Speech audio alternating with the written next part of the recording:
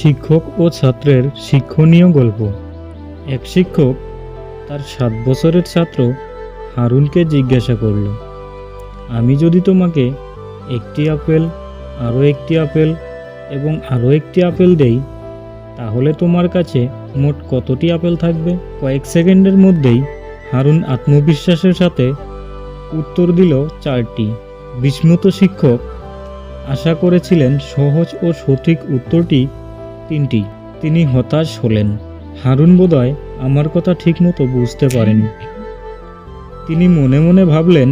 তিনি আবার বললেন, হারুন, মনোযোগ দিয়ে শোনো।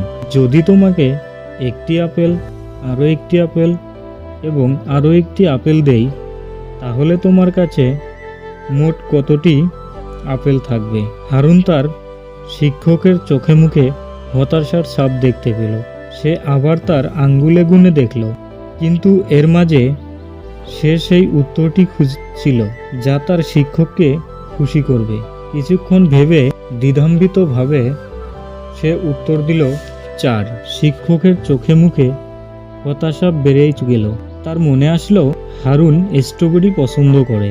তিনি ভাবলেন হারুন আপেল পছন্দ করে না, আর এটি হয়তো তার মনোযোগ নষ্ট করছে। এবার গুরুত্ব সহকারে ও সামান্য হাসি হাসি মুখে জিজ্ঞাসা করলেন, আমি যদি তোমাকে একটি স্ট্রবেরি, আরও একটি স্ট্রবেরি এবং আরও একটি স্ট্রবেরি, তাহলে তোমার কাছে কতটি স্ট্রবেরি থাকবে? শিক্ষকের খুশি খুশি ভাব দেখে হারুন আবার তার আঙ্গুল গুনে দেখল।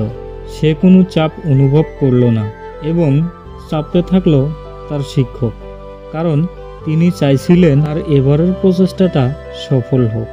মুখে সামান্য দ্বিধা হাসি নিয়ে জিজ্ঞাসু দৃষ্টিতে হারুন উত্তর দিল 3টি। এবার শিক্ষকের মুখে জবের হাসি দেখা দিল। তার প্রচেষ্টা সফল হয়েছে, কিন্তু একটি কাজ এখনো বাকি।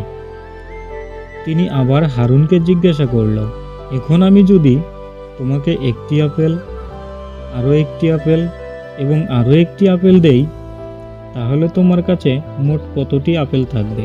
অনুরোধের সুরে হারুন উত্তর দিল 4টি।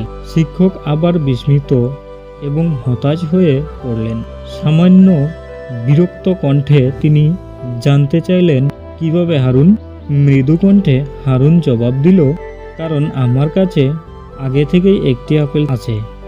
গল্পের শিক্ষা হলো, যখন আপনাকে কেউ কোনো ব্যাপারে উত্তর দেয় আর সেটা আপনার আশা করা উত্তরের সাথে না মিলে, তবে ভাববেন না সেটা ভুল, কারণ তার দৃষ্টিভঙ্গি থেকে আপনি হয়তো ব্যাপারটি ভেবে দেখেননি।